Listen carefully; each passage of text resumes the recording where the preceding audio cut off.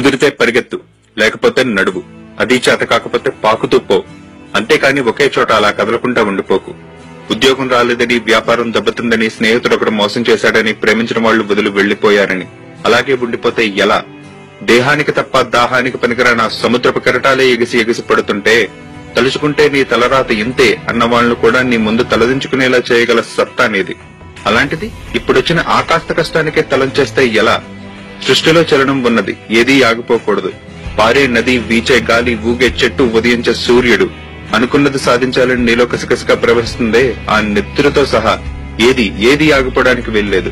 లే, బయలుదేరు. నిన్ను కదలనివ్వకుండా చేసిన ఆ మానసిక బాధల సంకెళ్లను తెంచేసుకో. పడ్డ చోటు నుంచే పరుగు మొదలుపెట్టు. నువ్వు పడుకునే పరుపు నిన్ను చెదిరించుకోకముందే బద్ధకాన్ని వదిలేయి.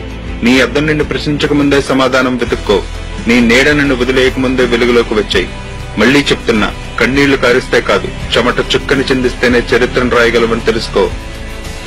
చదివితే పదాలు మాత్రమే, ఆచరిస్తే అస్త్రాలు.